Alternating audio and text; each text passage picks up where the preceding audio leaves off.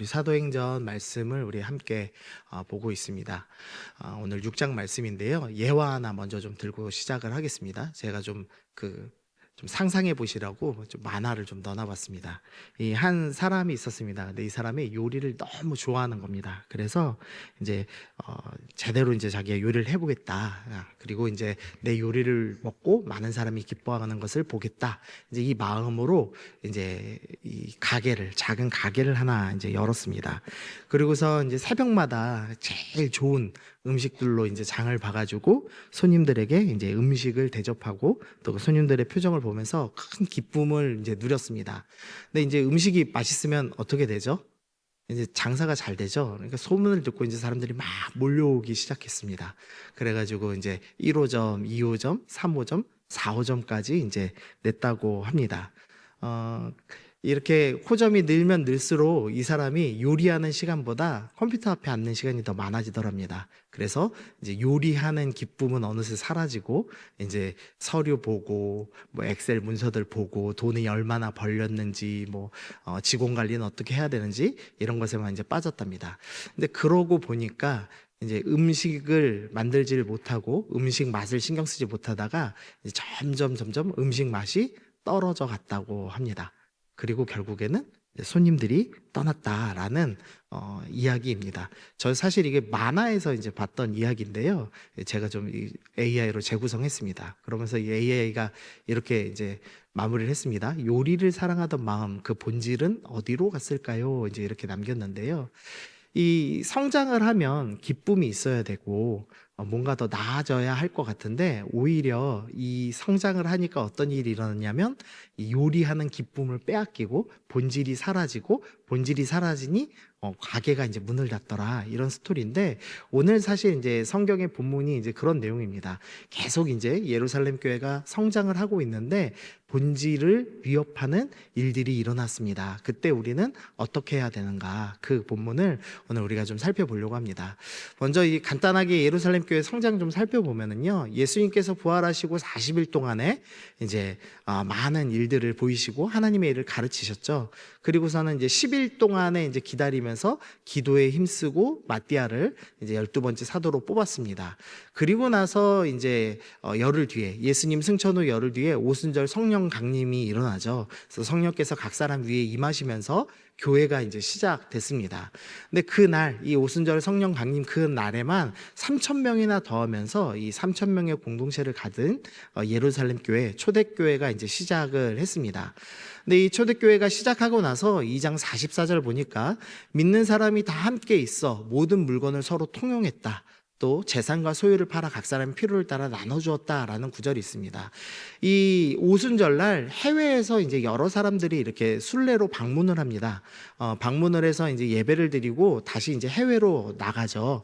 그런데 지금 이 예수님에 대한 말씀을 듣고 나서 원래는 다시 이제 그리스 땅 여러 군데로 흩어져야 될 성도들이 이 말씀은 자신의 땅에 가서는 절대 들을 수 없는 말씀인 겁니다. 그래서 말씀을 조금이라도 더 듣기 위해서 그냥 이 예루살렘 땅에 남은 사람들이 생겨났습니다. 그러니까 이제 이 예루살렘과 이 유대 지역에 살고 있던 성도들이 이제 자발적으로 이제 물건을 나눠주고 또 여기에 지금 말씀 듣기 위해 남은 성도가 있다더라 하면은 그 필요에 따라서 뭐 여러 가지들을 이제 지급해주면서 자발적이고 이제 개별적인 나눔들이 이제 처음에는 시작을 했습니다. 그러다가 이제 3장에서 베드로와 요한이 나면서 못 걷게 된 일을 걷게 하죠. 그리고 나서 이제 4장 4절에 보니까 남자의 수가 약 5천이나 되었다라고 합니다. 보통 남자만 5천 명 잡으니까 이제 여자나 또 뭐 어린 아이들 다 합치면은 한 10,000명에서 20,000명 정도 되지 않았나라고 생각을 합니다. 그래서 아주 작게 추산하는 학자들이 한 10,000명 정도, 아까 3,000명, 지금 5,000명에 한 여성들, 아이들 한 2,000 이상 해서 10,000명이다. 이렇게 소극적으로 잡고요. 보통은 이제 많이 잡으면 3만 명 이상. 그래서 최소 한 3만 명 이상 이 큰 공동체로 이제 성장하게 됐습니다. 그리고 나서 이제 나눔을 해야 되는데 이 3만 명이나 되니까 이제 너무 사람이 많은 겁니다. 그래서 이제 나눔하기가 너무 이제 어려워진 거죠. 그래서 이 4장 34절 보니까 그 중에 가난한 사람이 없으니 이는 밭과 집 있는 자는 팔아 그 판 값을 가져다가 사도들 발 앞에 두매. 그러니까 이 3만 명이나 되니 내가 직접 찾아서 어려운 사람들, 그러니까 특히나 이 지금 해외에서 말씀 때문에 다시 고향으로 돌아가지 못하는 이 헬라파 유대인들에게 나눠주고 싶어도 나눠줄 수 없는 상태가 된 겁니다. 그래서 이제 이 사도들의 발 앞에 두면서 중앙에서 좀 처리를 해주십시오 이러면서 헌금하는 사람들이 이제 늘어났습니다. 그러면서 공적이면서 이제 중앙 집권적인 이 구제 시스템을 조금씩 갖춰 나가기 시작하는 모습을 보여줍니다. 근데 이 정도도 버겁게 감당하고 있는데 5장 8절에서 이 다시 한번 사도들이 붙잡히거든요. 그리고 나서 이제 그 대제사장이 뭐라고 이야기하냐면 굵은 글씨만 보시면 너희 가르침을 예루살렘에 가득하게 했다라는 표현을 합니다. 이 적인 이 대제사장마저도 이제는 복음이 예루살렘에 가득했다라고 표현할 만큼 더 폭발적인 성장을 한 겁니다. 그리고 이제 오늘 본문 첫 번째 6장 1절에 보니까 그때 제자가 더 많아졌다라고 이제 이야기를 합니다. 그러니까 정말로 걷잡을 수 없이 많아졌습니다. 그래서 뭐 많이 보는 학자들은 8만 명까지도 보고요. 네, 그건 좀 너무했다 하는 사람들도 이제 한 최소 3만은 됐겠다라고 이제 생각을 하는 겁니다. 이 3만 명이 우글우글 모여가지고 말씀 듣고 또 밥을 먹고 교제하니 뭐 어마어마한 거죠. 당시 예루살렘 인구가 한 10만 명 정도 됐다고 합니다. 그러니 뭐 이 3만 명이 모여 있으니 뭐 어마어마한 인구죠. 그래서 이 행정적으로 도저히 처리하기 어려운 수준이 이제 생긴 겁니다. 그래서 이제 어떤 문제가 생겼냐면 이 그때 제자가 더 많아졌는데 헬라파 유대인들이 자기의 과부들이 매일의 구제에 빠짐으로 히브리파 사람을 원망하니라고 합니다. 보통 이제 구제는 이제 일주일 단위로 이루어졌다고 합니다. 왜냐하면 이제 이 예루살렘에서 이 국어를 하는 사람들, 그 사람들은 사실 예루살렘에 살고 있는 사람들이죠. 뭐 아무리 해도 이 예루살렘 옆에 있는 동네들에서 살고 있는 사람들이기 때문에 뭐 일주일에 한 번씩 이제 돈으로 이제 구제를 해주면 충분한데 이 헬라파 유대인들은 지금 오갈 데가 없는 집도 없는 사람들입니다. 다 해외에 집이 있는데 여기 아니면 말씀을 들을 수 없으니까 갈 수가 없는 겁니다. 이 히브리파 유대인, 그러니까 히브리 말에 능숙한 이 유대인들은 예수님 때 이미 경험이 충분히 있습니다. 그러니까 예수님이 어디에서 집회하신다더라 그러면은 이제 이번 주는 말씀 들어야지 하면은 도시락 일주일치 싸들고 가가지고 이제 말씀 듣고 다시 또 돌아와서 한두 달 있다가 또 생업하다가 또 말씀 들으러 가고 집이 가깝기 때문에 이제 그렇게 식으로 이제 신앙생활을 할 수가 있었죠. 그런데 지금 헬라파는 그게 불가능한 겁니다. 그래서 매일매일 구제를 해야지만 이제 살 수 있는 환경이 되었습니다. 그런데 이제 너무 인구가 많아지고 또 이제 중심되는 사람들은 히브리파 사람들, 그러니까 아람어를 사용하고 히브리 문화에 익숙한 사람들이었기 때문에 이 영어, 지금으로 따지면 영어를 사용하는, 그때 말로 하면은 그리스 말을 사용하는 이 헬라파 유대인들에게 구제하는 것을 이제 놓쳤습니다. 그래서 이제 매일의 이제 구제에 빠져서 이제 히브리파 사람들을 원망했다라고 지금 이제 표현을 하고 있는 겁니다. 이게 사실은 좀 지역적인 갈등도 약간 포함하는 것 같습니다. 뭐 지금은 진짜 지역색이 없어진 것 같은데요. 옛날에는 이 목사님이 전라도 분인데 경상도 성도가 오면은 묘했습니다. 혹시 느껴보신 적 있습니까? 제가 일산에 갔더니 일산에는 전라도 사람들이 많이 정착을 했대요. 저도 외가가 전라도여서 되게 좋거든요. 제가 진정희 권사님 사투리를 들으면 저희 할머니 사투리 쓰세요. 너무 좋아요. 근데 이제 경상도 분이 온 거예요. 근데 전부 전라도 말 들으니까 되게 당황하시더니 적응을 못 하시더라고요. 그러니까 이 조그만 땅에서도 이 사투리를 쓴다는 것만으로도 적응하는 게 참 쉽지 않은데 지금 여기는 수천 킬로 떨어진 헬라파 사람들, 그러니까 수천 킬로 떨어진 곳에서 이미 조상 대대로 몇백 년을 그 땅에서 살았습니다. 그러니까 유대교라는 신앙은 유지하고 있지만 전혀 이제 다른 문화권에서 살던 사람들이랑 지금 히브리 땅에 이제 발 딛고 살고 있는 이 사람들하고 문화가 너무 다른 겁니다. 그래서 이 문화적 갈등도 있고 또 거기에 구제에 빠지니까 서운한 감정도 들고 이러면서 이제 원망이 일어나는 모습을 보게 됩니다. 사탄이 지금 계속해서 이 교회를 공격하기 시작을 했습니다. 오순절에 교회가 시작되고선 계속 공격을 하죠. 그러면서 처음으로 우리가 살펴본 것은 박해라는 공격이었습니다. 그러니까 교회를 향해서 외부적으로 이제 공격을 하죠. 그래서 예수의 이름으로 말하지도 말고 가르치지도 말라라고 박해를 했습니다. 그런데 이제 교회가 박해에 굴복하지 않죠. 그래서 4장 31절에서 오히려 빌기를 다음에 모인 곳이 진동하더니 무리가 다 성령이 충만하여 담대히 하나님 말씀을 전하였다라고 하면서 오히려 이 박해에 더 담대해진 모습을 보여줍니다. 심지어 5장에 가서는 사도들이 채찍질을 맞습니다. 아마도 이 40에 하나 가만 이제 39대를 맞지 않았을까라고 추측을 하는데요. 이 채찍질을 당하고 와서 이 사도들이 위축되는 것이 아니라 41절에 보니까 사도들은 그 이름을 위하여, 예수님의 이름을 위하여 능력받는 일에 합당한 자로 여기심을 기뻐합니다. 내가 예수님 때문에 채찍질 당하다니 이것을 오히려 기뻐하는 그런 아주 튼튼한 믿음의 공동체가 됐습니다. 사실 이렇게 사탄이 이 박해라는 공격을 교회 역사에서 끊임없이 가했습니다. 로마가 박해를 했고, 또 우리나라 같은 경우도 일제가 신사참배를 강요하기도 했죠. 또 공산주의 시대에도 교회를 끊임없이 탄압을 했습니다. 그러나 사실 교회는 절대 무너지지 않았습니다. 그래서 이제 어떤 한 분이 이런 말씀하셨어요. 순교자의 피는 교회의 씨앗이다 라고 말할 정도로 박해가 있으면 오히려 교회가 더 튼튼해지는 이 역사들을 보게 되었습니다. 그러니까 사탄의 공격이 이제 실패를 하죠.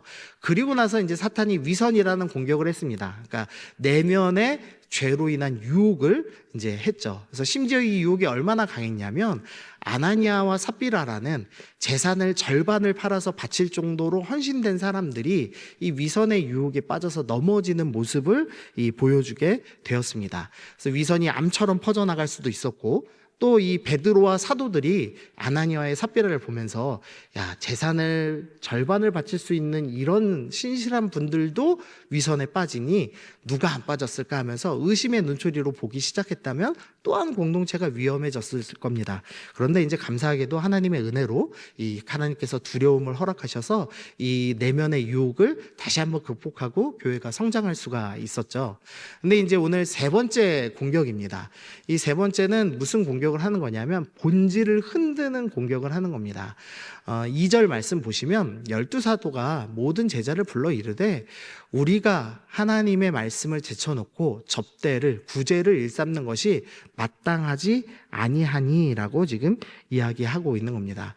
이 기도와 말씀이 중요하죠. 근데 당장에 이 3만이라는 성도들이 눈앞에 있고, 또 거기다가 말씀을 위해서 모든 삶을 포기하고 있는 헬라파 유대인들이 있는데 그들을 위해서 구제하는 것은 사실 참 좋은 일입니다. 근데 이 구제를 효율적으로 하려니 행정이 필요하고, 근데 그 행정을 가장 공정하게 해줄 수 있는 사람은 누구보다도 12사도들이고, 그래서 이 12사도들이 원래는 기도와 말씀을 붙잡고 본인이 일어나고 또 말씀을 전해야 되는데 구제하는 일에 마음이 이제 자꾸 쓰이는 겁니다. 그러다가 이제 점점 기도와 말씀이 이제 사라지는 교회가 되기 시작한 것이죠. 그러니까 이 공격이 조금 교묘합니다. 그러니까 이전에 박해, 그 다음에 두 번째 공격인 이 내면의 공격인 위선 같은 경우는 이제 믿음을 저버리라는 유혹이죠. 너 믿지 말아라. 그리고 믿는 척을 해라. 이제 이렇게 하는 유혹이죠. 근데 이제 사탄이 교회를 무너뜨릴 수는 없다. 그럼 어떻게 해야 되느냐? 교회의 겉모습은 그럴싸하게 만들지만 사실 본질은 사라지게 만들자라는 지금 공격을 지금 시작을 한 겁니다.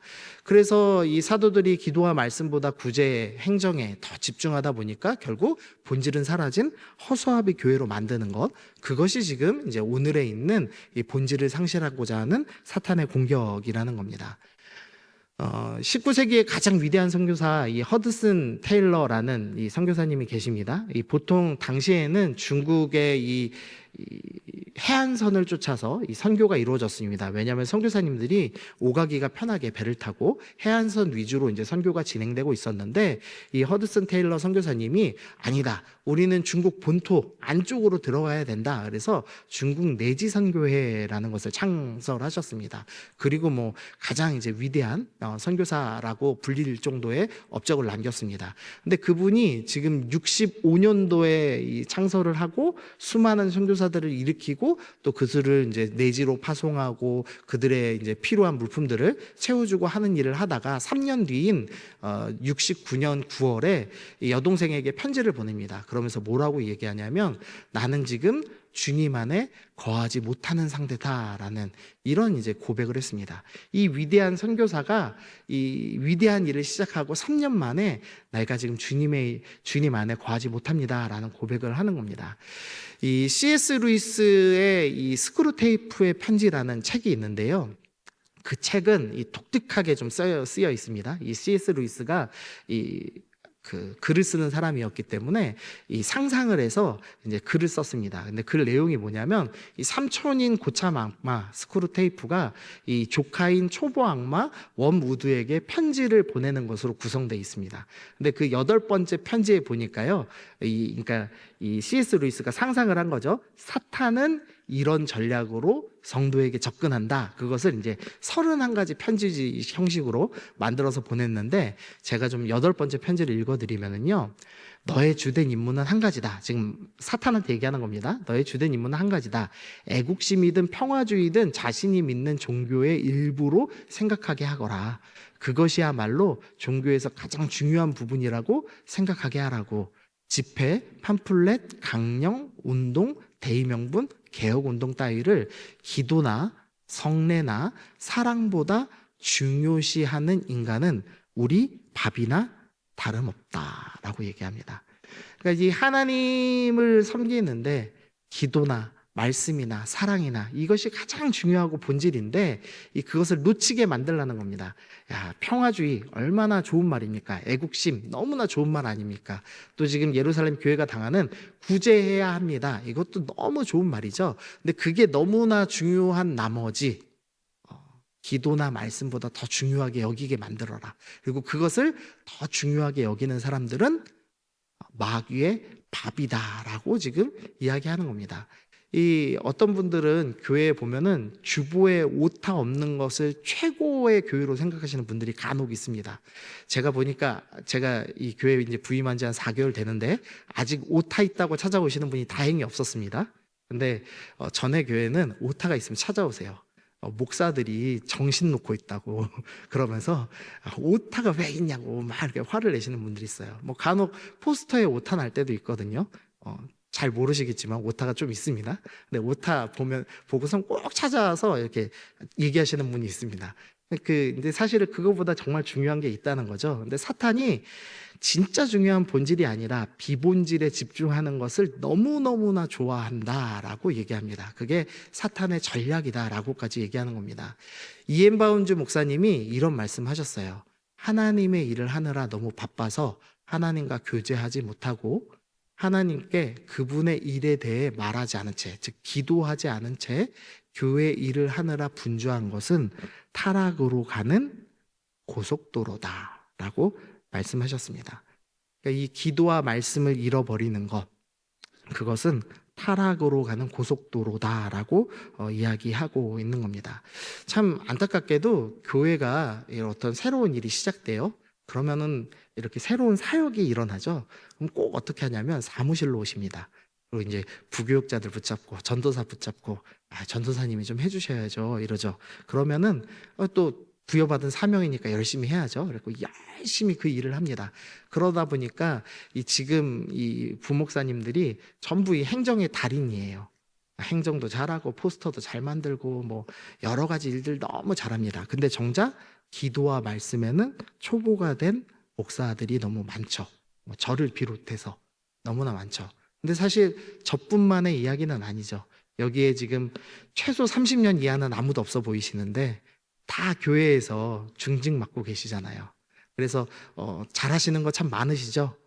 찬양도 잘하시고 악기도 하나씩 다루시는 분들도 계실 거고, 그리고 예배 때 뭐 어떤 교회는 성찬식에 쓰는 포도주를 아주 잘 담그시는 뭐 권사님들도 계시고, 김치가 너무 맛있는 교회도 있고, 저희 교회는 그 국이 참 맛있는 것 같아요. 저희 집에서 이제 저희 딸하고 저하고 얘기하면서 이 교회의 장점이 뭐냐, 국을 맛있게 끓입니다. 이렇게 얘기하거든요. 이렇게 각자 잘하는 게 다 있습니다. 근데 정말 이런 일을 하다가 기도와 말씀을 놓치는 성도가 되기도 하더라는 거죠.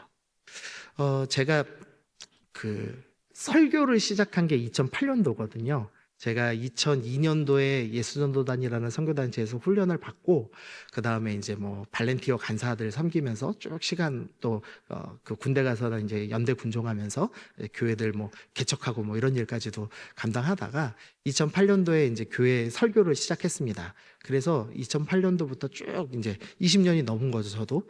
네, 쭉 사역을 하다가 21년도에 이제 무슨 생각을 했냐면, 제자 훈련 하는데 제자 훈련이 너무 어려우니까 이 앞에 좀 쉬운 기본을 좀 한번 청년들한테 가르쳤으면 좋겠다.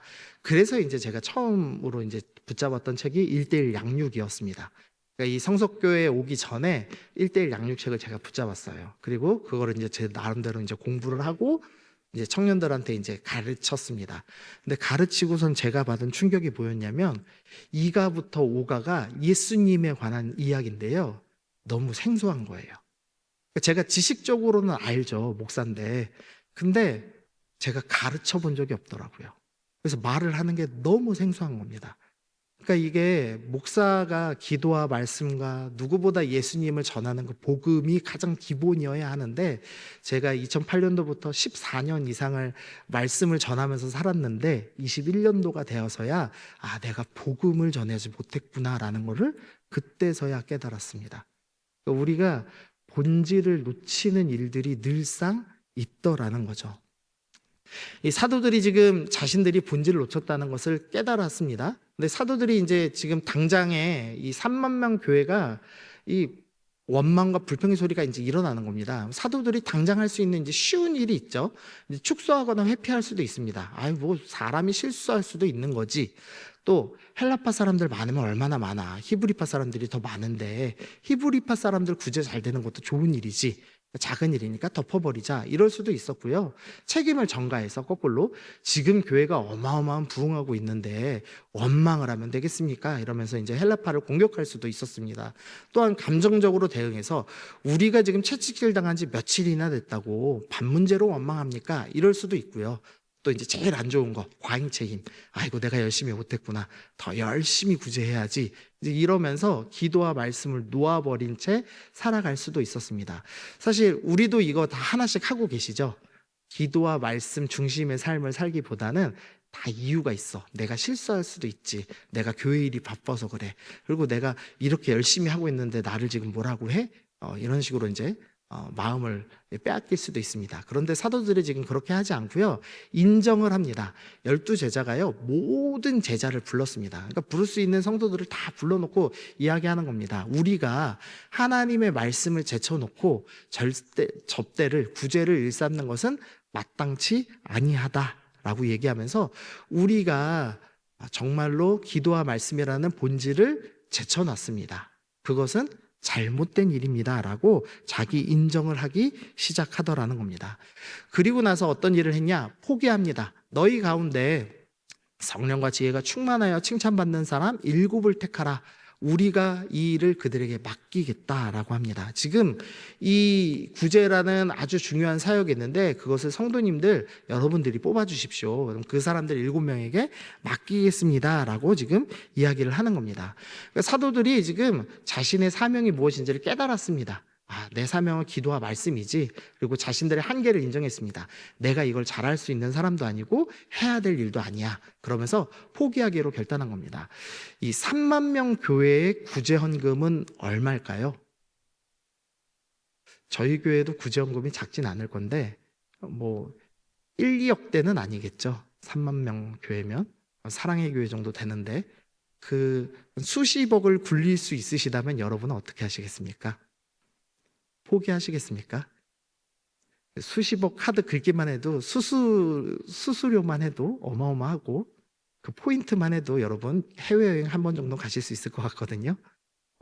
그 내려놓는 게 어려운 일이죠. 그런데 사도들이 이거 중요한 일도 맞다. 구제 너무 중요한 일도 많고 이건 너무 좋은 일이지만 그래도 우리는 기도와 말씀에 집중해야겠다라고 결정을 했습니다. 그러니까 지금 포기했는데 포기가 실패가 아니라 본질을 지키기 위한 포기였다라고 지금 이야기를 하는 겁니다. 그러면서 사도들이 우리는 오로지 오로지 기도하는 일과 말씀 사역에 힘쓰겠다. 우리는 오로지 본질에만 집중하겠다라고 이야기하는 겁니다. 지금 갈등이 찾아왔고 사탄이 지금 본질을 내려놓고 비본질을 잡아라라고 유혹을 했습니다. 그런데 사도들이 자신들의 잘못을 인정하고 내려놓고 기도와 말씀에 집중하기로 결단하는 모습을 보여주고 있는 겁니다. 혹시나 지금 이 설교를 들으시면서 맞아, 나도 본질을 놓쳤어. 그리고 그것 때문에 갈등이 위기가 일어났어 라고 생각하시는 분들이 있다면 오늘 해야 될 일이 이겁니다. 아, 내가 잘못했지. 그리고 맞아, 내가 포기해야 될 게 있어. 그리고 내가 정말 본질에 집중해야 돼. 만약에 가정에 위기가 있다면 맞아, 내가 가정의 본질인 사랑에 집중해야 돼. 우리 교회에서 신앙생활에 이 본질이 흔들리고 계시다면 맞아, 나는 다시 기도와 말씀에 집중해야 돼 라고 우리가 결단해야 한다는 거죠. 집중을 했더니 일어나는 회복의 열매가 있었습니다. 이 6장 5절에 보니까 이제 7명의 집사님들을 임명하는데요.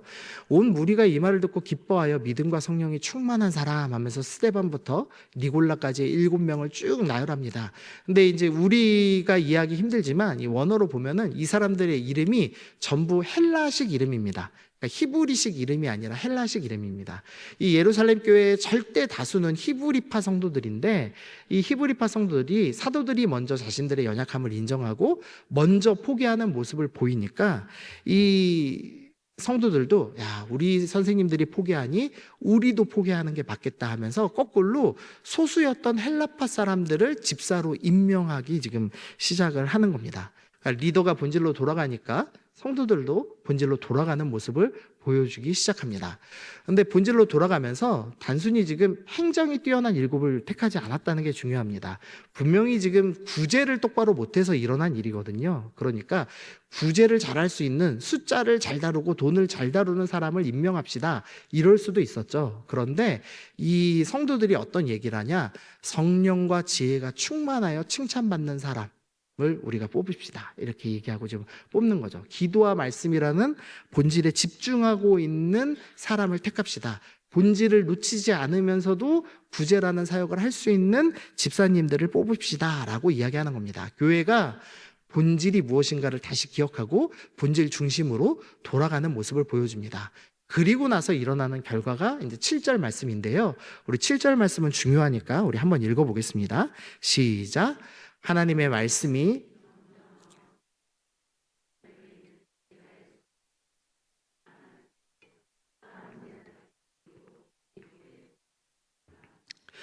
첫 번째로는 하나님의 말씀이 점점 왕성해졌다 얘기합니다. 기도와 말씀이라는 본질을 붙잡으니까 교회가 다시 말씀 중심의 교회로, 말씀이 왕성한 교회로 변하더라라고 이야기합니다. 두 번째로 제자의 수가 더 많아졌습니다. 하나님께서 더 많은 영혼들을 허락해 주시면서 복음이 더욱더 크게 전파되는 모습을 보여줍니다. 세 번째, 저는 이 세 번째가 참 의미 있다고 생각하는데요. 허다한 제사장의 무리도 이 도에 복종하니라 라고 말씀을 하고 있습니다. 이 제사장은 어떤 무리냐면 사두개파 사람들이라고 전에 말씀을 드렸죠. 이 바리새파와 사두개파 사람들이 있는데 이 사두개파 사람들은 이 전 왕조에서 귀족처럼 지냈던 사람들입니다. 그리고 부활을 믿지 않는 사람들. 그러니까 겉으로는 종교인의 모습을 갖고 있지만 이 땅에서만 잘 먹고 잘 살면 돼라고 생각하는 사실상 무신론자 같은 사람들이죠.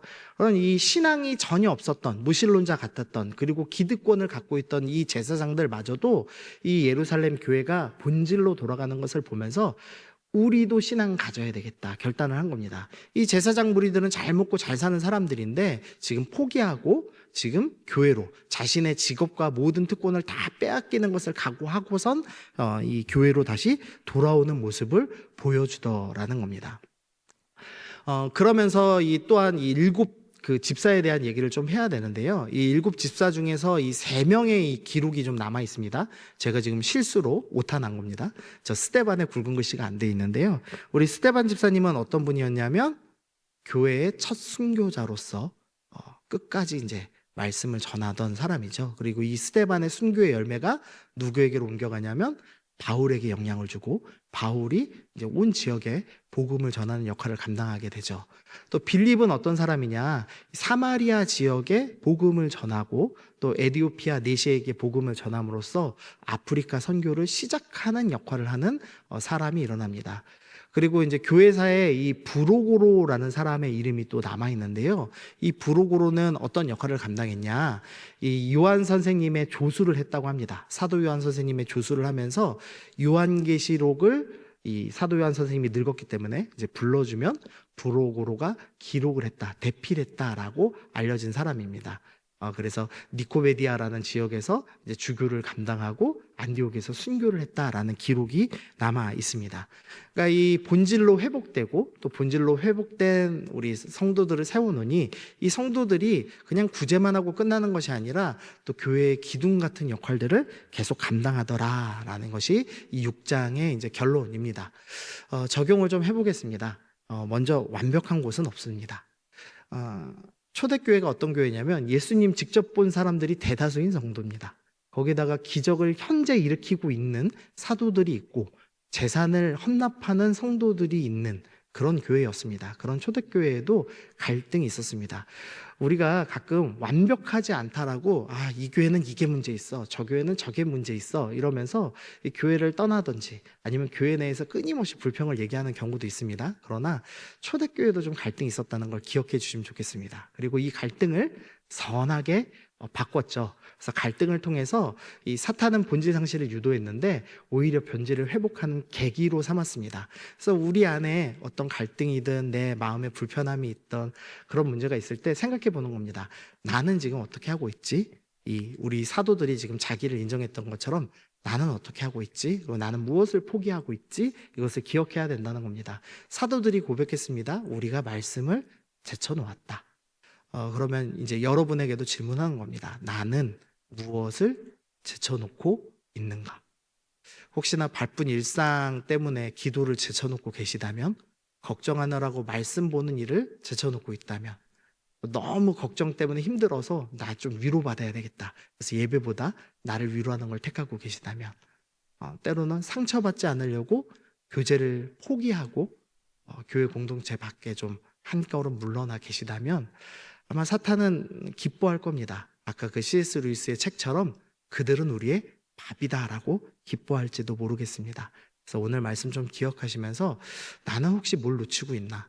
내가 본질을 놓치고 있는 것은 무엇인가를 좀 생각해 보시면서 주님, 기도와 말씀에 오로지 힘쓰는 우리가 되게 하여 주옵소서. 기도해 주시면 좋겠습니다.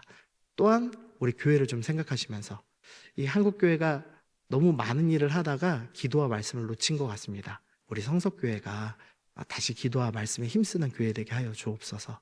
또 우리 교회에 참 은혜가 있습니다. 이 사역자가 계속 배출되는 것 같아요. 지나가는 사역자들도 잘 훈련시키시고 계시고 또 청년들 중에 귀한 사역자들이 계속 일어나고 있는데 우리 교회를 지나가는 또 우리 교회에서 훈련받은 우리 청년들이 사역자가 될 때 기도와 말씀에 힘쓰는 본질을 집중하는 사역자가 일어나게 하여 주옵소서.